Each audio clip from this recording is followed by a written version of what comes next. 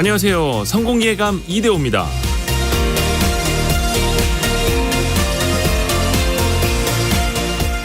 중요한 건 꺾이지 않는 마음, 줄여서 중꺾마라는 표현이 유행인데요. 아픈 일을 겪더라도 마음만은 꺾이지 말자, 이런 거죠. 근데 사실 좀 꺾여도 괜찮습니다. 다시 일어서면 되죠 뭐. 비슷한 표현으로는 안티프레질이라는 것도 있습니다. 충격을 받으면 깨지기 쉽다라는 뜻의 프레질이라는 단어가 있죠. 그 반대 의미로 안티프레질이 쓰이는데요. 그런데 사실 안티프레질은 깨지지 않는다는 뜻이 아닙니다. 충격을 받으면 오히려 더 단단해지고 더 강해진다라는 의미를 담고 있는 말입니다. 그러니까 반대말은 깨지다와 안 깨지다인 게 아니라 깨지다와 더욱 단단해지다인 것이죠. 당장 마음이 꺾였는지 여부는 중요하지 않습니다. 또한 깨졌는지 안 깨졌는지는 그 사실 또한 중요한 게 아닙니다. 중꺾마, 안티프레질이 완성되려면 오히려 평소에 크고 작은 실패가 필요할 수도 있습니다. 꺾였더라도 깨졌더라도 더 강해지기 위해서 다시 일어서는 것, 그게 중꺾마이고 안티프레질입니다. 성공예감 이대호입니다가 응원하는 건 청취자 여러분에게 시련도 실패도 없는 삶이 아니라 청취자 여러분이 시련도 실패도 이겨내는 중꺾마 안티프레질입니다. 6월 22일 성공예감 이대호입니다. 시작합니다.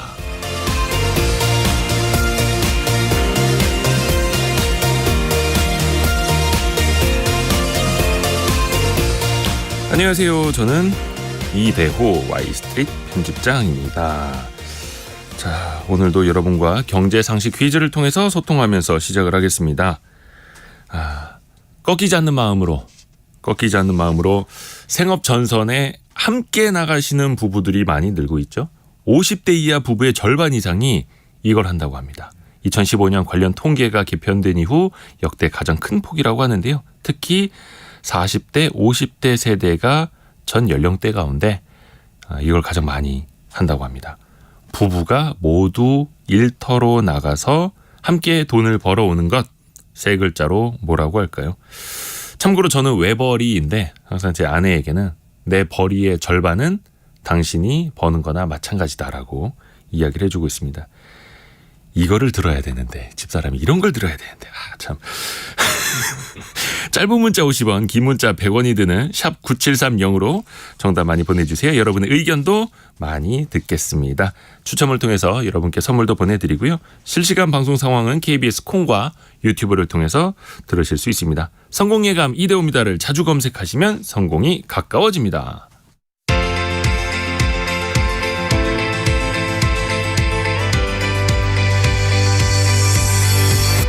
KBS 1라디오 성공예감 이대호입니다.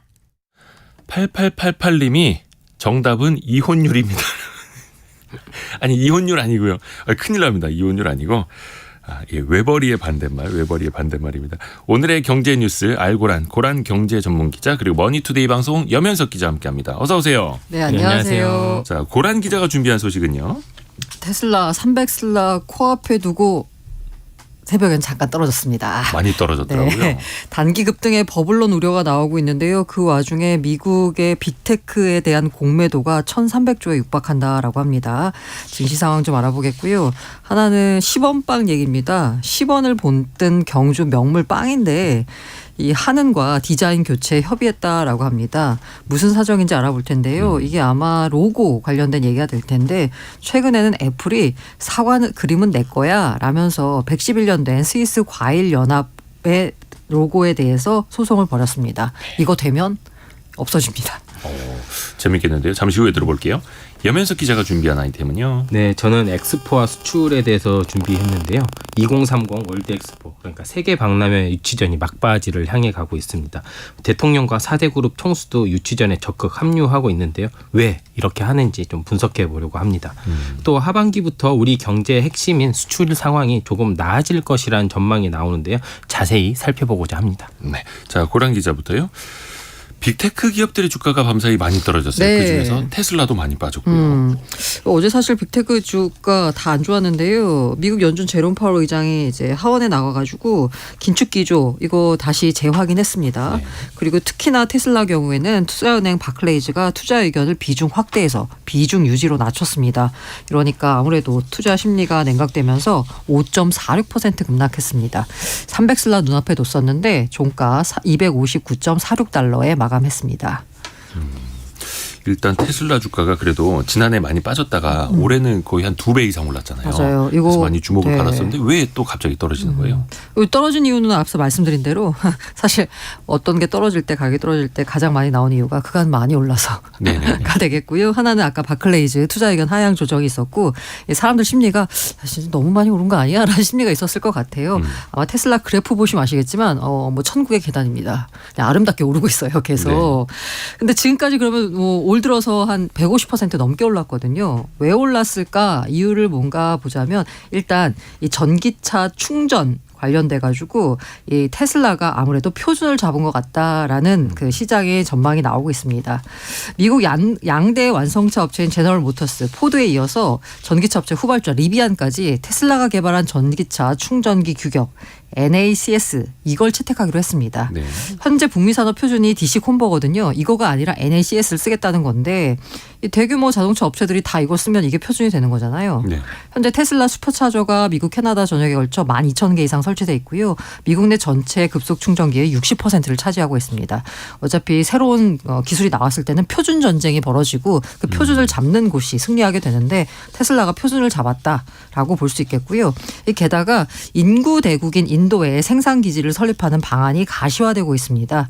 일론 머스크 테슬라 CEO가 미국을 방문하는 그 나헨드라 모이 인도 총리에게 인도 공장 설립 계획을 직접 브리핑한다라고 합니다. 아무래도 조만간 될 것 같습니다.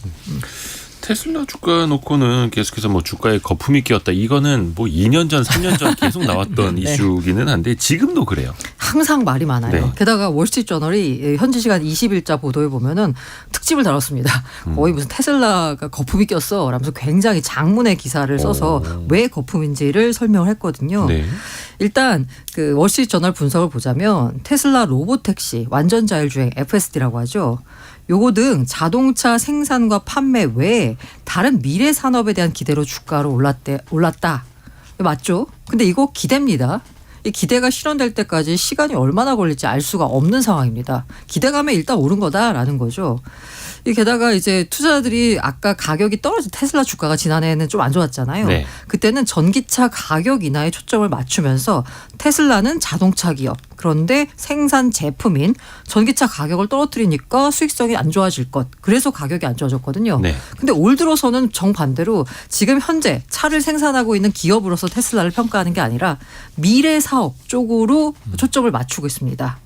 그런데 지금은 그래갖고 주가가 올랐는데 시장의 관심은 언제든지 전기차 시장의 경쟁 심화로 인한 가격 인하에 다시 주목할 수 있다는 거죠.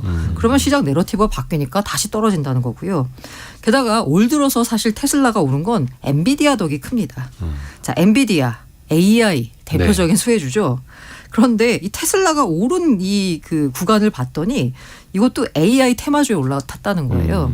테슬라가 전기차 기업이 아니라 미국의 소액 주주들은 테슬라는 AI 기업이다. AI 테마주다라고 인식하고 있기 때문에 테슬라가 AI 테마주 여기에 탑승해가지고 올랐다라는 거죠. 앞서 말씀드린 대로 대부분의 이익이 앞으로 나올 거다라고 보이고 있는 부분이 로보택시거든요. 근데 이 로보택시 이거 언제 될지 알 수 없습니다. 그리고 FSD 이것도 뭐 프리미엄이 지금은 붙어서 시장에서 평가받고 있는데 요거 다른 자동차 회사들 잘한다라는 거죠. 그렇기 때문에 이 테슬라 주가가 미래에 기대 가지고 그러니까 단순 자동차 제조업체가 아니라 기술 기업이다, AI 기업이다라고 해서 올랐는데 이거 시장 내러티브 언제 바뀔지 모른다라는 거죠. 뭐 저마다의 판단이나 생각은 뭐 엇갈릴 수 있는 거니까 또 저마다의 판단과 생각에 따라서 투자를 또 하는 거고. 맞습니다. 그래서 그럴지 실제로 미국 빅테크 기업들에 대한 공매도 규모도 많이 늘고 있어요. 많이들 보셨겠지만 뭐 7개 기업, 8개 기업 빼면은 네. 뭐 나스닥 거의 안 올랐다라고 하잖아요. 아하. 30% 넘게 오른 그 나스닥 지수가 그 가운데 대표적인 7, 8개 기업, 빅테크 기업을 빼고 나면 그냥 제자리다라는 거죠. 실제로 보면은 아니 내 지수 이렇게 많이 올랐다는데 왜 내 주식은 안 간 거야 라고 생각하시는 분들 꽤 많을 것 같아요. 근데 그만큼 가격이 많이 올랐으니까 당연히 따라 나오는 게 거품론입니다. 네. 거품 너무 과도하게 오른 것 같다라는 거죠. 이 거품이 꼈으면 어떻게 투자해야 되나요? 공매도를 해야죠. 네. 그러다 보니까 미국 증시의 공매도 총액이 이번 달에 1조 달러에 이른다라고 합니다. 1,400조 원이에요. 지난해 4월 이후 가장 많았고요. 전체 거래 가능 주식의 5%에 해당됩니다. 게다가 그래서 이제 많이 오른 거 아니야? 라고 공매도를 때렸는데 최근에 벌어진 게 뭐냐면 더 올랐어요. 그러다 보니까 공매도 하락에 베팅한 세력들이 이달 1일부터 15일까지 손실 규모가 무려 93조 원, 720억 달러에 이릅니다. 그러니까 공매도 같은 경우엔 주가가 떨어져야지 돈을 버는 건데 야 이거 이 정도 올랐으면 떨어져야 되는데 하고 공매도를 쳤더니 주가 더 오르면서 손실 폭이 커졌다라는 거죠. 공매도는 말씀드린 대로 최근 주가 상승 주도하고 있는 빅테크 기업에 집중돼 있고요. 주요 기업 공매도 규모 갔더니 15일 기준으로 테슬라 같은 경우에는 약 30조, 애플 29조, 마이크로소프트 21조, 뭐 어마어마합니다. 게다가 이제 테슬라 특히 공매도를 많이 하고 있는 주식인데요. 8일 날 애플 넘어섰습니다. 그리고 아까 말씀드린 테슬라, 애플, 마이크로소프트, 엔비디아, 아마존 요 5개 주식의 공매도 총액이요. 거래 가능 주식의 3.3%로 지금 사상 최대 수준이라고 합니다. 뭐 누군가 승자는 나올 겁니다. 둘 중에 하나겠죠. 자, 염현석 기자 이템으로 넘어가 보죠. 네. 최근에 그 세계 박람회 2030년 엑스포 유치로 우리나라 정말 열심히 뛰고 있는데 네. 엑스포의 경제적 효과가 얼마나 되기 때문에 그런 겁니까? 일반적으로 나오는 이제 수치를 먼저 말씀을 드리도록 하겠습니다. 만약에 우리나라 부산에 엑스포가 유치가 된다면 부산에 최대 5천만 명의 방문객이 이제 방문을 하고요. 네. 50만 개 일자리가 창출될 것으로 이제 기대되고 있습니다. 이거 홈페이지에 나와 있는 공식적인 숫자인데요. 물론 단순한 숫자일 수도 있는데 막상 이런 경제적 효과는 뚜껑을 열어보면 그렇죠. 빛 좋은 계산을 보일 경우가 많습니다. 하지만 이번 2030 월드 엑스포는 일단 조금 다릅니다. 일단 2030년에 조금 주목을 해봐야 되는데요. 우리가 거시적인 경제 전망을 할 때 가장 자주 언급되는 연도가요. 2030년이랑 2050년입니다. 네. 2050년 대표적으로 이제 탄소 중립의 해고요. 그 중간 목표 연도가 대부분 2030년으로 제시가 됩니다. 네. 일단 2030년이 이렇게 자주 나오는 이유는 하나 있습니다. 2015년에 파리 총회 열리기 전에 유엔에서 한 가지 발표를 합니다. 이제 지속 가능한 경제 개발이란 얘기를 그때 처음 하는데요. 이때 목표로 잡은 연도가 2030년도입니다. 그러니까 우리가 지속 가능한 개발을 하기 위한 원년이 2030년이 되는 거니까요. 유엔은 2030년을 기점으로 과거와 미래가 좀 많이 바뀔 거라고 예상을 하고요. 여러 나라 그리고 여러 기업들이 이런 많은 변화에 이제 준비를 하고 있는 겁니다. 당연히 2030년에 딱 열리는 세계 박람회는요. 이런 변화를 한눈에 알아볼 수 있는 정말 최적의 장소가 될 가능성이 엄청 크거든요. 이렇기 때문에 이런 경제적인 수치가 단순히 눈에 보이는 경제적 이득으로만 올 수도 있는데 또 눈에 보이지 않는 이득으로도 발생할 가능성이 매우 큽니다. 지금. 경제적 효과도 그렇고 상징성도 그렇고 네. 잘 돼야 될 텐데 경쟁이 치열하지 않습니까? 나라별로. 네. 지금 상황은 어떤가요? 맞습니다. 일단 11월 말 최종 투표를 앞두고 네. 있는데요. 진짜 치열한 유치전입니다. 5번의 이제 총 프리젠테이션을 하는데요. 이번이 4번째입니다. 파리에서 열린 게 4번째인데 유치에 가장 적극적인 나라는 이제 사우디아라비아와 우리나라를 들 수 있습니다. 그래서 이 두 나라가 우리나라를 포함한 사우디와 우리나라가 파리에서 4차전 정면 승부가 열렸습니다. 우리나라는 이제 윤석열 대통령, 이재용, 정의선, 최태원 등 4대 그룹 총수가 총출동을 했습니다. 네. 그리고 사우디아라비아는요. MBS로 불리는 무함마드 빈살만 왕세자가 전면에 나섰습니다. 우리나라는 문화와 첨단 기술, 경제 부흥 등을 내세우며 전 세계의 부산을 지지해 줄 것을 호소를 했거든요. 근데 사우디는 간단했습니다. 엑스포에 78억 달러를 투자하겠다. 우리 돈으로 한 10조 원 정도 되거든요. 막강한 오일머니 파워를 보여줬습니다. 여기에 또 한 가지 더 주목할 점이 있는데요. 바로 빈살만 왕세자의 네. 행보입니다. 빈살만 왕세자는요. 당초 이번 4차 엑스포 유치전에 나설 계획이 없었다라고 합니다. 네. 제가 취재를 좀 해봤는데요. 우리나라 대통령과 4대 그룹 총수들이 파리를 찾는다라는 소식이 알려지기 전까지만 해도 사우디 방문 명단에는요 장관급 명단 3명밖에 없었는데 이 소식이 전해지자 빈살만 왕세자가 급히 이제 파견이 된 겁니다. 그리고 파견되기 직전에 프랑스 르몽드지와 인터뷰를 했는데요. 르몽드지에서 가장 강력한 경쟁 상대를 물어봤는데 우크라이나와 이탈리아를 꼽았습니다. 우리나라는 전혀 언급하지 않았습니다. 우리나라는 사우디를 가장 강력한 경쟁 국가로 꼽는데 빈살만 왕세자는 우리나라를 쏙 빼놓고 언급했다. 뭐 의도가 있겠죠. 네. 우리나라 대통령하고 4대 그룹 총수들도 몰래 갈 걸 그랬네.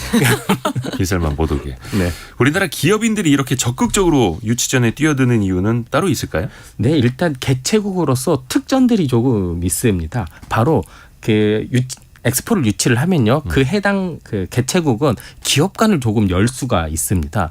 세계 박람회는요 무려 6개월 정도 진행되는 엄청나게 긴 국제 행사입니다. 네. 이 기간에 전 세계 국가 수장 그리고 수많은 기업인, 관광객들이 찾는 행사인데요. 그들에게 이 기업의 이 기업만을 알릴 수 있는 공간이 이제 마련된다라는 겁니다. 그런데 사실 엑스포는 국가 단위로 참여를 하기 때문에 어떤 기업들도 기업관을 가질 수가 없습니다. 뭐 한국관, 미국관, 중국관 이렇게밖에 못하는데 개최국 기업만 기업관을 가질 수가 있습니다. 여기에 세계 박람회에는 이제 각 기업들의 첨단 기술들이 많이 후원이 되거든요. 그러면 수많은 사람들이 이 기술들을 볼 거 아닙니까? 그러면 엄청난 광고 효과를 누릴 수 있고요. 이후 엑스포에서 사용된 기술이란 타이틀이 조금 있습니다. 네. 그렇게 되면 이제 브랜드 이미지도 엄청 높아지게 되는 거죠. 이 때문에 많은 기업들이 엑스포 유치전에 적극 참여를 합니다. 또 기사들을 보면 가끔 기업인들이요 특사 자격을 가지고 어떤 투자국을 방문하는 일이 종종 있습니다. 네. 예를 들면 뭐 남미의 자동차가 우리가 강하면 뭐 자동차 기업 임원이 특사 자격을 가지고 방문을 하는데요. 특사 자격을 가지면요 그 나라의 행정 수반들을 보통 만날 수 있습니다. 자기가 그냥 회사 임원으로 가면 못 만나잖아요. 그렇죠. 근데 특사 자격을 가지면 만날 수 있고 만나면서 엑스포 유치도 이제 호소를 하지만 자기 사업 얘기도 많이 하는 겁니다. 이러면 당연히 기업 입장에서는 엑스포 유치전에 참여를 안 할 이유가 없는 겁니다. 대통령이 보내서 갔으니 그 나라 대통령을 만날 수 있는. 그렇죠. 좋네요. 이 100%라는 말이 좀 나왔으면 좋겠는데 우리나라의 엑스포 유치 가능성은 어떻습니까? 네. 뭐 현재까지도 사실상 가장 유리한 국가로는 사우디가 꼽히고 있습니다. 이제 한 10조 원이라는 돈을 일단 투자를 하겠다고 공언을 했고 또 여러 나라의 막대한 원조를 또 약속을 하고 있기 때문입니다. 우리나라 다음으로 이제 사우디 다음으로 이제 우리나라가 꼽히고 있는데요. 이제 혹자들은 51대 49 싸움이다라고 이제 얘기를 하는데 우리나라는 이렇게 막대한 현금 지원보다는요 기업들과 함께해서 그 나라의 경제 협력 등을 내세우고 있습니다. 이제 이게 또 다른 관전 포인트인데 현찰을 직접 받는 것과 공장을 지어주겠다란 이런 경제 기반을 만들어주겠다. 이게 또 이렇게 또 좀 나뉘고 있습니다. 사우디와 우리나라 유치전이요. 이런 여러 관전 포인트들이 조금 이렇게 2030 월드 엑스포 유치전을 두고 있는데요. 이런 엑스포 유치전은 이제 11월 28일 투표를 통해 최종 결정이 됩니다. 11월 28일. 네. 아이고. 그 전까지 한 번의 PT가 더 남아 있는 거고. 네. 5차 PT 하면서 바로 투표를 하는 겁니다. 네. 그래요. 자, 고란 기자 아이템으로 다시 넘어갑니다. 경북 경주에 있는 10원 빵. 저도 이미지를 찾아봤어요. 몰라가지고. 그러니까 10원짜리처럼 만든 붕어빵 같은 거더라고요. 그쵸. 생긴 게 모양이. 근데 이 디자인을 못 쓸 수도 있습니까? 네, 이게 66년에 발행된 다보탑이 새겨진 10원 주화. 그러니까 예. 지금 10원짜리 말고요. 그때 나온 10원 주화를 본뜬 빵이고요. 2019년 경주 한 업체에서 만들어 팔기 시작했는데 21년 9월에 당시 대선 후보였던 윤석열 대통령이 요거 먹으면서 화제가 됐습니다. 이 경주 명물로 자리매긴 했고요. 이렇게 인기 끄니까 수도권에도 진출했습니다. 그런데 항상 유명해지면 문제가 생깁니다. 그 시골에서 그냥 조그맣게 팔 때는 문제가 안 되는데 네네. 이게 너무 많이 퍼지다 보니까 화폐 도안을 무단으로 사용했다라는 논란이 일고 있는 겁니다. 요거는 한국은행이 이거 뭔가 소송하는 거 아니냐라는 얘기까지 나왔었는데요. 현재로서는 법적 대응 계획은 없고요. 뭔가 적법한 범위로 디자인 변경 방안을 협의 중에 있다라고 합니다. 요거 결과에 따라서 뭐 100원 빵, 50원 빵 이런 것도 팔리고 있거든요. 요것도 아마 비슷한 수순을 밟게 될 것 같습니다. 이것도 미투 제품이 많이 나온 거네요. 네, 맞습니다. 10원 빵이 잘 팔리니까 500원 빵, 50원 빵, 100원 빵. 근데 사실 보면 그 돈이 그려진 돈 방석을 네. 파는 분들도 맞아요. 있고 돈이 그려져 있는 팬티도 팔고 있고 뭐 재미난 상품들 많은데 이런 화폐 디자인은 그럼 어디까지 활용할 수 있는 건지 딱히 기준이 있나요? 원칙으로 보자면 영리 목적이다. 라면 화폐 도안 허용하지 않고 있습니다. 아하. 그래서 원칙적으로 보면 아까 말씀하신 그 쿠션이요. 그것도 다 문제가 돼요. 안 되는구나. 제가 말씀드렸죠. 유명해지면 너무 널리 퍼지면 문제가 된다라고요. 네. 이게 왜 그러냐면 무분별하게 상업화하면 화폐 시스템에 대한 신뢰가 떨어질 수 있다. 그렇죠. 뭐 이런 네. 거기 때문에요. 그래서 2005년에 제정된 한국은행권 및 주화의 도안 이용 기준이라는 게 있습니다. 요거 근거에 따르면 10원빵 디자인 바꿔야 된다라는 거고요. 이 사실 그 뭔가 앞서 말씀드린 대로 너무 유명해지면 문제잖아요. 근데 지금 안 유명하지만 이루어지고 있는 화폐 그 무단 사용이 있을 거 아니에요. 네. 요것에 대해서도 기준을 안내하고 대응하고 있다라고 합니다. 그래서 어쨌든 간에 이제 영리 목적이 아니고 뭔가 교육 목적으로 쓰는 것에 대해서만 화폐 도안 이용을 허용하고 있는데요. 이거 말고는 한은의 승인을 따로 받아야 되고요. 이 경우에도 화폐 도안 이용 기간은 6개월로 한정돼 있습니다. 이번 일이 어떻게 마무리가 될지 좀 지켜봐야겠네요. 자, 이거 외국 이야기인데 애플. 애플은 그 사과 한입 네, 베어문 맞아요. 사과 로고로 굉장히 유명한데 진짜 사과 파는 사람들한테 경고장을 보냈어요. 맞아요. 111년 역사를 지닌 스위스 관련 단체가 있거든요. 스위스 과일연합. 여기가 뭔가 11년 전에 이거 뭐 이렇게 빨간색 사과가 그려져 있고 이 오른쪽 이 상단에 스위스 국기를 상징하는 십자가 문양이 이제 있는 그 로고를 도입을 했어요. 빨간색 사과에 하얀색으로 십자가 문양. 네. 그게 이제 스위스 국기를 맞습니다. 상징하니까. 100주년 기념으로 이제 만든 건데요. 네. 본인들이 스위스 과일 단체니까 빨간색 사과에 스위스 국기 상징하는 이렇게 약간 모양을 그려놓은 네. 거예요. 너무나 당연한 로고인데 그렇죠. 애플이 이거 문제 있다. 이거 우리 로고랑 착각할 수 있다. 라고 해서요. 2017년부터 사과에 관한 지식재산권을 확보하려고 시도를 했습니다. 사실 당시 이제 스위스 지적재산권 관련 기관 IPI라고 있거든요. 그레니 스미스라는 사과 품종에 관한 지적재산권을 신청했고요. 사실 요거는 애플 같은 경우에는 이게 진짜 사과잖아요. 보통명사. 그러다 보니까 IPI가 이 사과 같은 일반 상품 이미지는 공공 영역에 포함한다. 그래서 애플이 원하는 상품 일부에 대해서만 권리를 가질 수 있다라고 판단했어요. 그런데 애플이 최근에 다시 문제를 제기한 겁니다. 사과에 관한 전반적인 지적재산권 소유를 시도하는 겁니다. 사과는 다 우리 거야. 뭐 사과 맞습니다. 디자인은 다 우리 거야. 이런 네네. 거예요? 네. 근데 제가 그래서 미리 찾아봤는데 네. 스위스 과일 별로 연합 안 비슷한 하나도 안 것 똑같아요. 누가 그걸 보고 애플 디자인이라고 착각을 하겠어요. 그 애플만의 생각이지. 네. 물론 우리가 편향될 수도 있으니까 여러분이 한번 직접 검색을 해보시면 여러분이 이제 생각을 해보실 수 있을 겁니다. 만약에 애플이 이기면 못 써요. 못 쓰게 되는 거예요. 바로. 네, 못 씁니다. 근데 어쨌든 연합 측, 퍼스 측의 주장은 이 사과는 모두가 무료로 사용할 수 있어야 하는 보편적인 것이다. 그렇죠. 사과 디자인 다 거기서 거기 아닙니까? 네, 사실 애플이 상표권 깡패라는 말도 듣고 있어요. 여기저기 되게 문제 삼고 있거든요. 근데 어쨌든 만약에 받아들여지면 못 쓰게 되는 거고요. 애플이 이렇게 집착하는 이유는 요거 브랜드 가치잖아요. 요게 아주 소중하기 때문입니다. 근데 한입 베어문 그 디자인도 아닌데. 아무튼 그렇습니다. 여러분이 직접 보고 판단하시면 더 좋을 것 같습니다. 염현석 기자. 네. 우리나라 수출이 하반기부터는 좀 개선이 될까요? 네, 무역협회가 3분기 수출 산업 경기 전망 지수라는 걸 발표했습니다. 올해 3분기 이 지수가요 108.7로 집계가 됐는데요. 지난해 1분기 이후 6분기 만에 100을 넘었습니다. 수출 산업 경기 전망 지수는요. 수출을 하는 기업들이 수출이 잘 될 거다라고 생각하면 100을 넘기고요. 안 될 거다라고 생각하면 100 이하로 나오는 겁니다. 지난해 1분기 111.5를 기록한 이후에요. 이제 6분기 만에 처음으로 이제 100을 넘긴 겁니다. 어떤 분야에서 좀 나아질까요? 특히 우리나라 주력 수출품이 15개라고 합니다. 뭐 반도체, 자동차 여러 가지가 있는데요. 이 중에 한 10개 정도가 조금 상황이 나아질 거라고 합니다. 대표적인 거 3개 말씀드리면요. 선박, 화학공업 제품, 반도체 이렇게 3개가 꼽힙니다. 뭐 선박은 해양 환경 규제가 강화되면서요. LNG 추진선 등 신규 선박 건조 수요가 늘고 있는데 공급은 우리나라를 비롯한 몇 개만 할 수 있는데 수요가 많아지다 보니까 가격 상승이 예상되고 있어 수출이 좀 좋아질 거다라는 건데 다만 조선업에서 여전히 문제인 인력 조달 이것만 좀 이게 좀 불안 요소로 꼽히고 있습니다. 화학공업 분야는요. 배터리 소재 쪽의 수출 전망이 좋을 거다라고 이제 예상이 되고 있고요. 네. 반도체가 좀 드라마틱하게 반전이 있었습니다. 전분기에 51.6이었거든요. 2분기에. 근데 이게 3분기에 지수가 128.5로 2배 넘게 상승했습니다. 이유를 살펴보니까요. 최근 반도체 기업들이 감산을 잇따라 발표를 했잖아요. 그렇죠. 그래서 공급량 조절이 돼서 메모리 반도체 가격 하락세가 둔화되고 있고 하반기에는 좀 낸드 플래시 수요 증가가 좀 일어나서 수출 회복세에 진입할 것으로 분석되고 있습니다. 하지만 전기전자 분야, 그다음에 생활용품, 석유 제품 등은 경기 전망이 매우 어두운 것으로 나타났습니다.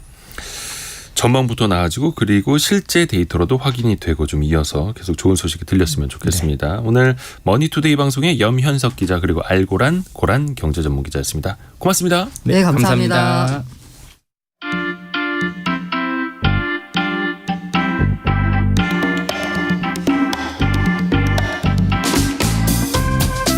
지금 여러분께서는 KBS 1라디오 성공예감 이대호입니다를 듣고 계십니다. 참여해주신 여러분께는 추첨을 통해 헬시 허그에서 한국인의 건강한 두피에서 찾아낸 두피 유래 유산균을, 판촉물 전문 그룹 기프코에서 텀블러 세트를, 아름다운 식탁 창조 주비푸드에서 자연에서 갈아 만든 생와사비를, 쉽고 빠른 판촉물 제작 시너지 기프트에서 LED 튜브 스탠드를, 그리고 성공예감에서 준비한 커피 쿠폰을 보내드립니다. 당첨자는 성공예감 이대호입니다 홈페이지에서 확인하세요. 조금 전에 고란 기자 멘트 중에 이게 시골에서 작게 팔 때는 별 문제가 되지 않는다 이런 표현을 하다 이제 경주가 잠깐 언급이 됐는데 특정 지역을 시골이라고 묘사한 건 아니니까요. 예, 오해는 좀 없으셨으면 하는 바람입니다. 경제상식 퀴즈 다시 한번 말씀을 드릴게요. 부부가 같이 돈을 버는 거죠. 혼자 벌면 외벌이, 같이 벌면 세 글자. 코로나 이후에 자녀 돌봄이라든지 여러 가지 문제로 이거를 포기하다가 생활비, 양육비, 교육비 등 물가 부담 때문에 이걸 택하는 부부가 많은데요. 그러면서 이걸 부부가 함께하는 비중도 지난해보다 2만 가구가 늘었다라고 합니다. 많은 분들이 사연도 보내주고 계시는데요. 9703님은 우리도 30년째 이걸 하고 있습니다라고. 이야. 홍두식님. 저도 이걸 하는데 늘 집사람한테는 미안한 마음뿐입니다. 손에 물도 안 묻히게 해주겠다고 그랬는데 유유 이렇게 보내주셨고요. 7995님.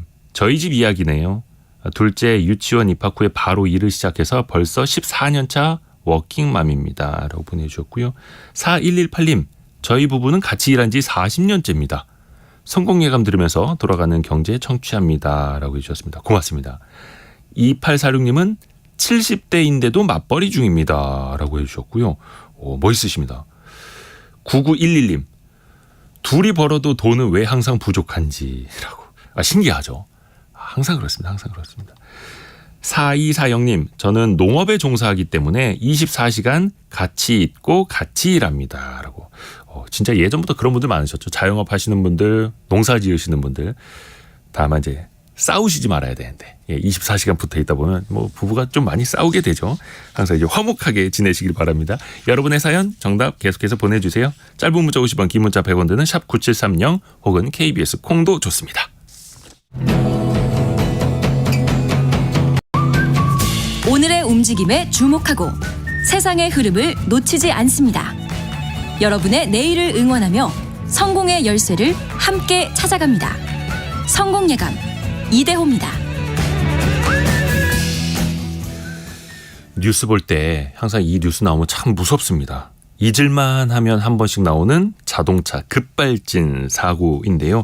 며칠 전에는 전기차 택시가 이걸로 의심된다는 사고가 났죠. 물론 아직 어떻게 될지는 모르겠습니다만 지금까지 자동차 급발진으로 인정된 사례는 거의 없었습니다. 그런데 최근에 그걸 뒤집는 판결이 또 하나 나오기도 했었고요. 따져볼 게 많습니다.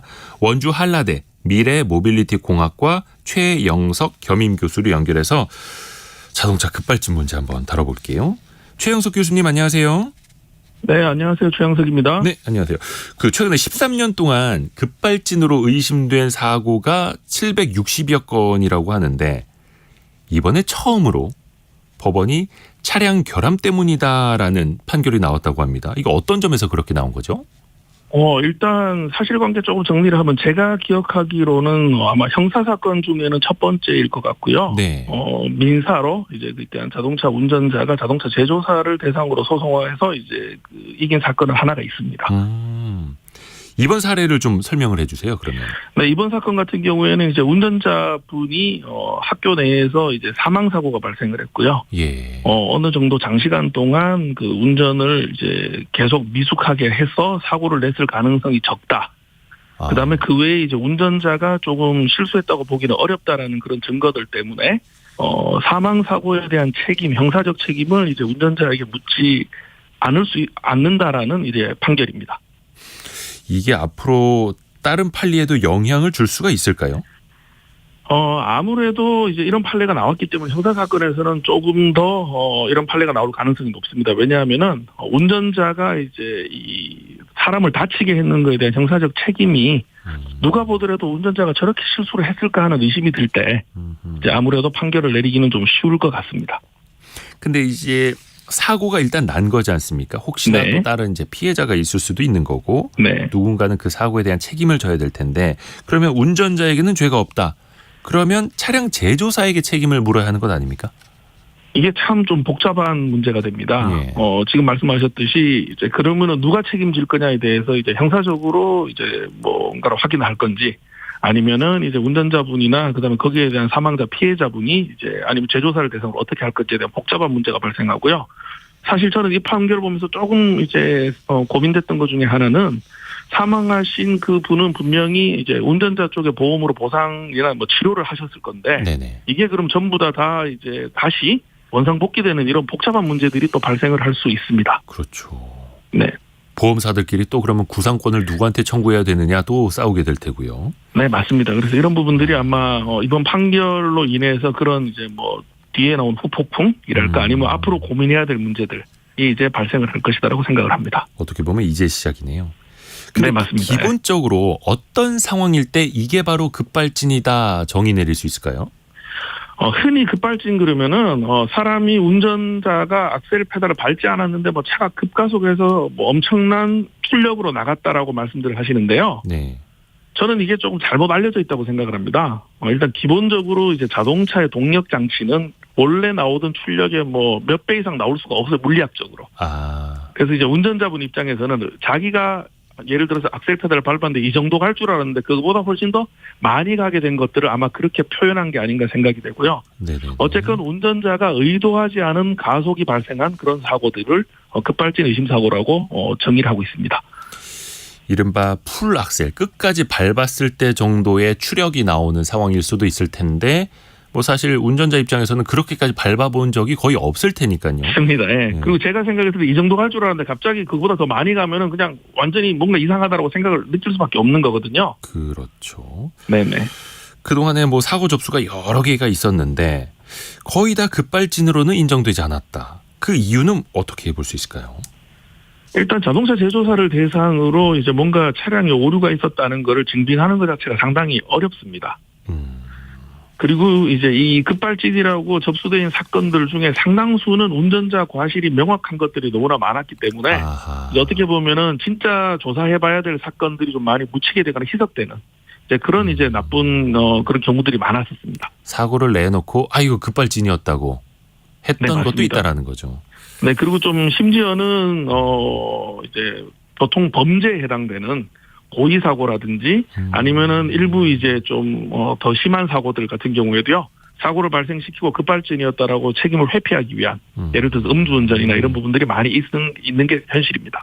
이걸 또 악용하는 사람들이 있어서 진짜 급발진 의심이 되는 사례까지도 희석이 될 수 있어서 좀 걱정이네요.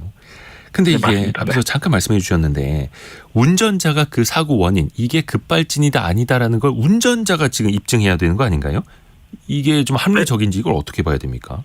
네, 맞습니다. 이것도 마찬가지. 흔히 이제 뭐 해외 같은 경우에는, 미국 같은 경우에는 자동차 제조사가 책임을 없다는 걸 입증해야 된다라고 말씀을 하시는데요. 네. 제가 그렇게 표현을 합니다. 아마추어 야구팀하고 프로야구팀이 붙었을 때 예. 공수가 전환된다 그래가지고 경기의 승부가 바뀔 건가? 사실 어떤 형태가 됐든지 간에 이 운전자가 자동차 제조사를 대상으로 뭔가 결함을 찾아내는 것은 사실 어렵고요. 네네. 그렇기 때문에 대부분의 이제 이런 좀 의심 사고들 같은 경우에도 많은 분들이 포기를 하십니다.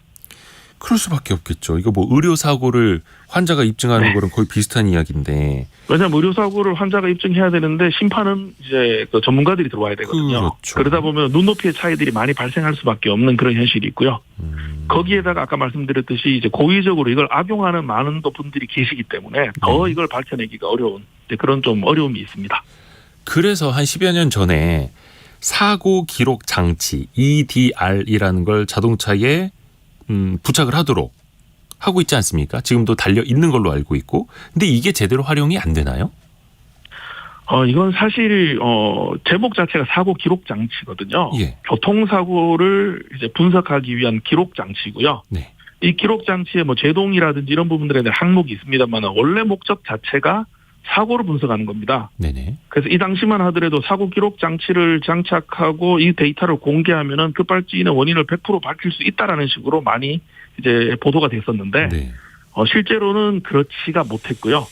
그리고 최근에 와서는 이제 EDR 데이터가 운전자들한테 더 불리한 증거 조건으로 작용을 하다 보니 EDR 무용론 내지는 뭐 EDR 데이터를 신뢰할 수 없다라는 이제 그런 것까지 이야기가 나오고 있는 상황입니다. 아하, 그래요. 이게 뭐 제대로 기록을 다 할 수 있는 건지 뭐 예를 들어서 사고 전후로 몇 초간 기록이 되는 건지 또 그런 것도 있겠네요. 네, 맞습니다. 그래서 이제 최근에 들어서는 5초간 데이터가 돼 있는 거를 좀 더 늘리고 데이터 항목을 더 많이 집어넣고 하는 식으로 이걸 고도화시켜야 된다는 이제 뭐 요구 사항이 있고요. 또 국제적으로는 이제 자율주행차 같은 경우에도 운전 보조 장치가 운전자가 개입하지 않아도 가는 이제 3.0 레벨 3 수준까지가 지금 이제 나오고 있는 상황이기 때문에 네. 앞으로 이게 이제 단순히 급발진이 아니고 차량 결함 내지는 차량의 오작동에 의한 사고라는 형태의 이제 많은 분쟁들 내지는 사건들이 발생할 걸로 예상이 되고요. 그에 따라서 이 자율주행차 같은 경우에는 이제 별도의 기록 장치를 부착하는 게 국제 규정화되고 있습니다.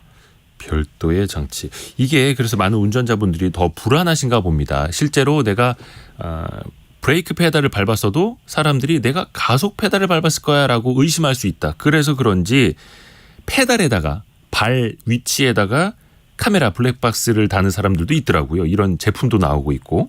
이거는 효과가 있을까요? 아무래도 영상이라는 게 이제 일반인들이 봤을 때 바로 판단을 할 수 있기 때문에 상당히 좋은 증거 장치. 하지만 또 여기서 또 고민 좀 해주셔야 되는 부분들은 이 장치가 정확하냐? 네. 내지는 이 장치를 조작했을 때 나올 수 있는 여러 가지 문제들. 앞에 말씀드렸듯이 사고 기록 장치 나오면은 모든 급발진이 다 해결될 것처럼 이야기했다가 사실은 아니다라는 식의 이제 이야기가 나왔듯이 영상 블랙박스를 발에 다는 것 자체를 증거로 활용하기 위해서는 이거에 대한 규정이라든지 이걸 오남용했을 때 발생할 수 있는 문제점까지 전부 거를 수 있는 이런 부분들이 필요할 거라고 생각을 합니다.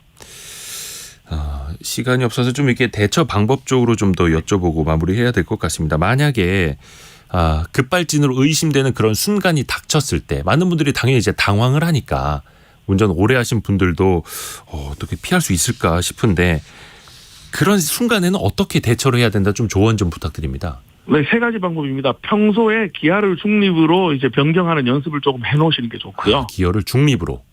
네, 그리고 두 번째는 이 모든 페달에서 발을 떼시는 게 좋습니다. 아예 브레이크도 밟으려고 하지 말고요? 네, 브레이크랑 악셀을 혼동해서 발생한 사고가 가장 많았기 때문에요. 발을 떼게 되면은 기본적으로 차의 동력이 차단이 될 수밖에 없고 그 상태에서도 만약에 차가 계속 가속이 된다 그러면은 앞서가는 차의 평평한 부분이나 그 벽 같은 이제 넓은 부분을 충돌하시거나 아니면은 노견에 있는 가드레일을 옆으로 부딪혀서 차를 감속시키는 방법이 가장 안전합니다. 물론 이제 엔진 브레이크를 쓰면서 기어 단수를 낮추는 것도 하나의 방법이 될 텐데 혹시 요즘에는 그 전자식 기어 있지 않습니까? 버튼으로 하는 거. 네. 이게 그 막 가속이 확 되는 상황에서도 버튼식으로 중립 버튼을 누르면 기어가 빠지나요? 네, 기어는 빠지게 설계가 돼 있고요. 그게 빠지지 않는 경우들은 이제 전기차라든지 기어가 없는 차들은 그럴 수도 있습니다. 시스템적으로.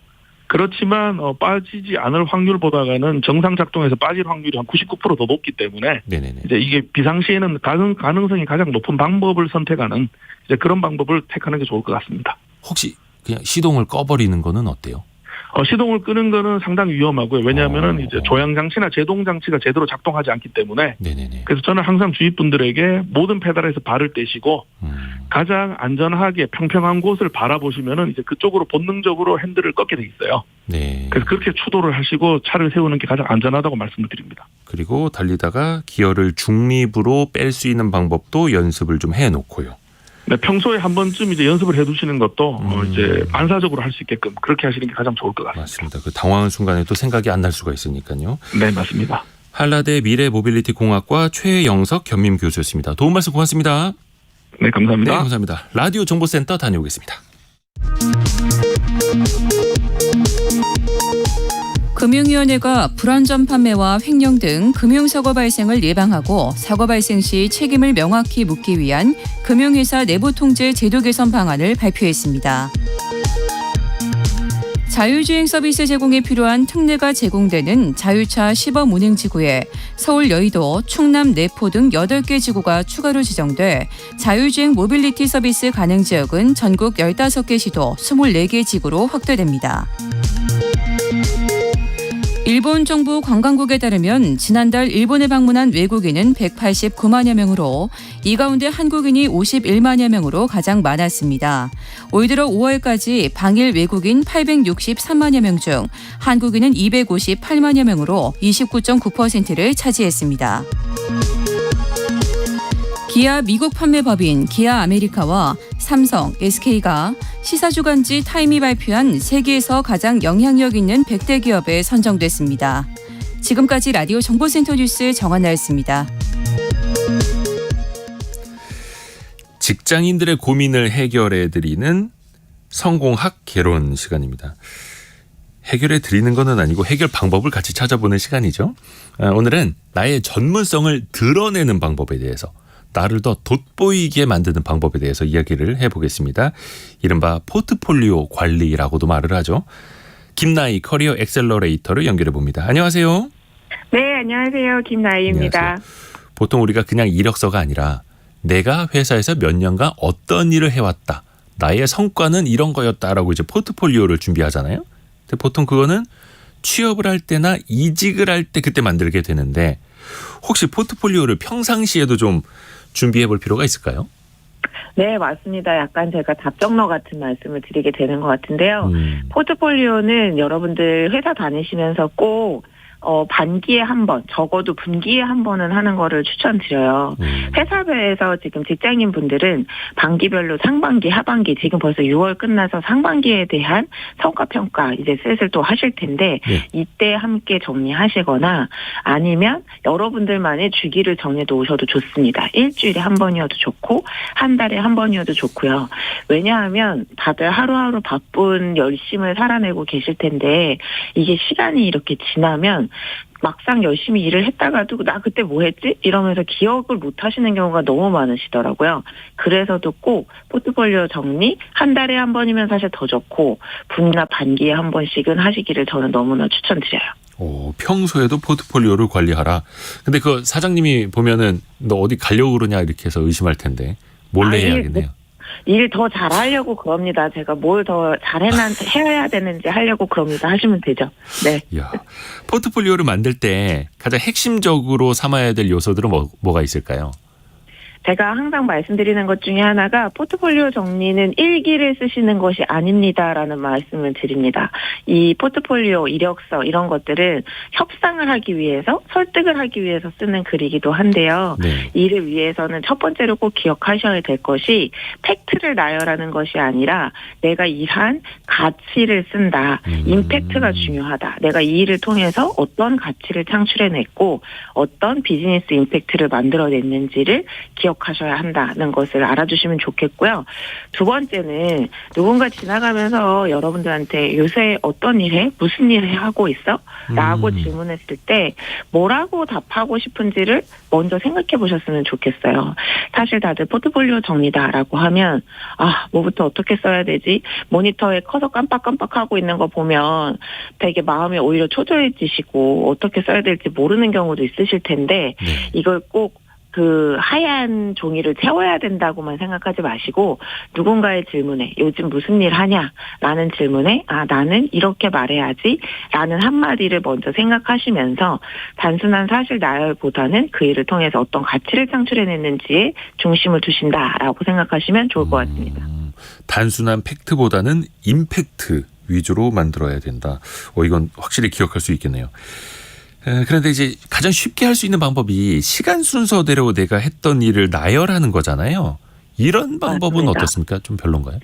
사실 제가 많은 분들의 이력서나 포트폴리오를 볼 때 이렇게 시간 순서대로 쭉 나열되어 있는 경우들을 많이 보는데 네. 이럴 때 딱 알 수 있는 게 이게 하나 있어요. 한 회사를 오래 다닌 분들의 포트폴리오는 그래서 티가 나거든요. 나 몇 년도에 무슨 팀에서 뭐 했다. 몇 년도에 무슨 팀에서 뭐 했다. 이런 사실들이 쭉 나열되어 있는데 사실 보는 사람 입장에서도 한번 생각을 해보시면 네. 내가 시간 순서대로 뭘 했는지는 별로 그렇게 중요하지 않습니다. 이 사람이 잘하는 일이 뭐지? 이분은 어떤 일을 좋아하고 성과를 만들어낼 수 있을까 하는 것들이 더 중요한데요. 여러분들도 포트폴리오 정리하실 때 꼭 몇 월에 내가 뭐를 했고 무슨 팀에서 어떤 거를 했고 이렇게 시간 순서에 너무 압박받으시기보다는 네. 나한테 진짜 의미 있었고 신나게 했었던 일들을 떠올리면서 먼저 정리해 보시는 걸 추천드려요. 아마 그런 일들이 여러분들께서도 기억하시기도 더 쉽고 정리하시기도 쉬우실 텐데요. 나는 이 일을 하면서 어떤 것들이 이번 달에 한 것 중에 가장 재밌었지? 가장 신나서 했지? 내가 잘한 건 뭐지? 이런 기억들을 먼저 떠올려 보시고요. 한편으로는 나는 너무 당연하게 잘 해냈는데 나에겐 너무 당연한 일인데 다른 사람들한테는 당연하지 않은 일이 분명히 있을 겁니다. 자꾸 다른 사람들이 나한테 물어보는 일들이 있을 텐데요. 이런 것들도 한번 자유롭게 쭉 적어보시면 좋을 것 같습니다. 보는 사람 입장에서 써야 되는 겁니까? 그러니까 포트폴리오는 이걸 누굴 보여주기 위한 거야 라는 생각을 가지고 써야 되는 거예요? 최종 정리는 그렇게 하시는 게 좋습니다. 최종 정리는 네. 처음에 내가 분기별로 한 달에 한 번씩 하실 때는 일단 내가 보려고 하시는 거고 네. 잊지 않으려고 하시는 거지만 이게 이제 다 정리가 돼서 한 1년치의 포트폴리오가 됐다. 3년치가 됐다라고 할 때에는 누군가한테도 보여줄 수 있다. 이 글은 설득하는 글이다 하는 거를 기억하시면 좋을 것 같아요. 그러면 실질적으로 포트폴리오는 이렇게 작성해라. 이게 조금 순서대로 좀 알려줄 수 있을까요? 네, 제가 일단 두 가지 큰 테마를 말씀드리고 싶은데요. 하나는 A, B, C, D, E를 기억하시는 겁니다. A는 어큐레이트 정확하게 쓰시고요. 많은 분들이 저에게 이렇게 물어보세요. 어떻게 하면 내가 한 일을 좀 더 근사하게 포장해서 보여줄 수 있을까요? 라고 하시는데 근사하게 포장하는 게 아니라 내가 하지 않은 일을 했다고 하는 게 아니라 정확하게 쓰셔야 하는 거고 B, 짧고 간결하게 브리플리하게 쓰셔야 되고요. 네. 내가 했던 일들을 커넥팅 더 다트 연결고리들을 한번 찾아보시고 D는 디테일입니다. 가능하면 구체적으로 숫자를 좀 곁들여서 써주시면 좋고요. E는 보기 쉽게 이지하게 쓰시라는 이야기인데 이거를 조금만 더 풀어보자면 내가 이 일을 왜 했는지 기획 의도 같은 것들이 들어가면 좋습니다. 목표 무엇이었는지 좀 써주시면 좋고요. 이 일을 의도를 가지고 한 것들을 통해서 어떤 결과를 냈다. 성공과 실패는 사실 중요하지 않고요. 성공했으면 더 좋지만 이때에도 가능하면 숫자를 좀 활용해서 디테일하게 말씀 주시면 좋고 만약에 좀 잘 안 됐다라고 하면 그 일을 통해서 내가 배운 것이 무엇이었는지를 써주셔도 좋아요. 오히려 실패를 정직하게 쓰신 글, 내가 배운 거는 이거야 라고 써주신 포트폴리오에 저도 훨씬 더 눈이 가더라고요. 솔직하셨으면 좋겠습니다. 그리고 이 일을 왜 성공했고 왜 실패했는지, 앞으로 내가 하고 싶은 것들은 어떤 거였는지, 어떤 것들인지도 사실 곁들여 주시면 제일 좋겠죠. 실패했던 것도 그대로 쓰되 거기서 뭘 배웠는지 어떻게 개선했는지도 쓰면 좋은 거고요. 맞습니다. 김나희 엑셀러레이터만의 포트폴리오 작성 방법을 들어봤고, 그러면 작성 꿀팁 같은 것도 있습니까? 이런 걸 잊지 마라. 네, 제가 꼭 잊지 마세요 하는 게 아까 말씀드렸던 ABCD인 것 같은데요. 네네. 사실 여기에서 그 브리플리 간단하게 쓰는 것과 디테일하게 쓰는 것의 차이를 기억해 주신다면, 네. 간단하게 쓰는 거는 어떤 이야기냐면, 제가 포트폴리오를 막 50장, 100장씩 쓰시는 분들을 뵌 적도 있거든요. 어이구야. 상대방 입장에서 한번 생각해 보시면, 이 사람이 무엇을 잘했고 무엇을 해낼 수 있는 사람인지가 중요하지, 이 사람의 역사가 궁금한 것은 아니기 때문에 사실 포트폴리오 50장, 100장씩 내시면 아무도 읽지 않습니다. 그래서 핵심만 간단하게 내가 했었던 일의 이유와 결과를 써주시되, 디테일, 그 결과에 대한 레슨런이라든지 아하. 숫자를 꼭 곁들인다 하는 것을 잊지 않아 주시면 잘 쓰실 수 있을 것 같아요.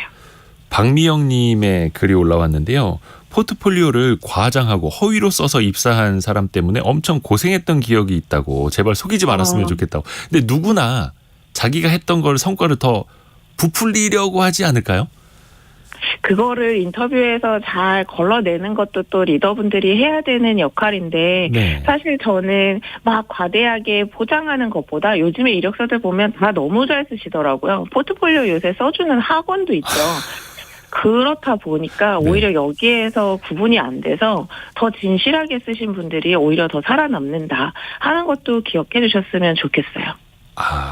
그러니까 뭔가 데이터랑 뭐 성과 같은 거는 이렇게 좀 뻥튀기한 게 티가 나지만, 그 마음을 담아서 쓰는 거는 그 사람에게 그대로 전달이 될 수 있다. 약간 이런 측면에서요.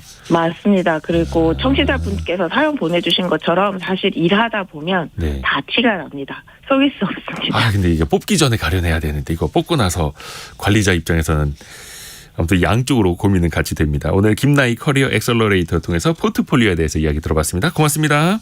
감사합니다. 네. 요즘 부동산 시장 뉴스 볼 때마다 굉장히 헷갈립니다. 이 부동산 시장 바닥을 친 건지 올라가는 건지, 어디는 막 호황이라고 하고 또 어디는 최고가 찍었다고 하고 혼란스러운데, 오늘 2부에서는 부동산 시장을 한번 싹 한번 정리를 해보겠습니다. 잠시만 기다려주세요. 뉴스 듣고 10시에 다시 뵙죠.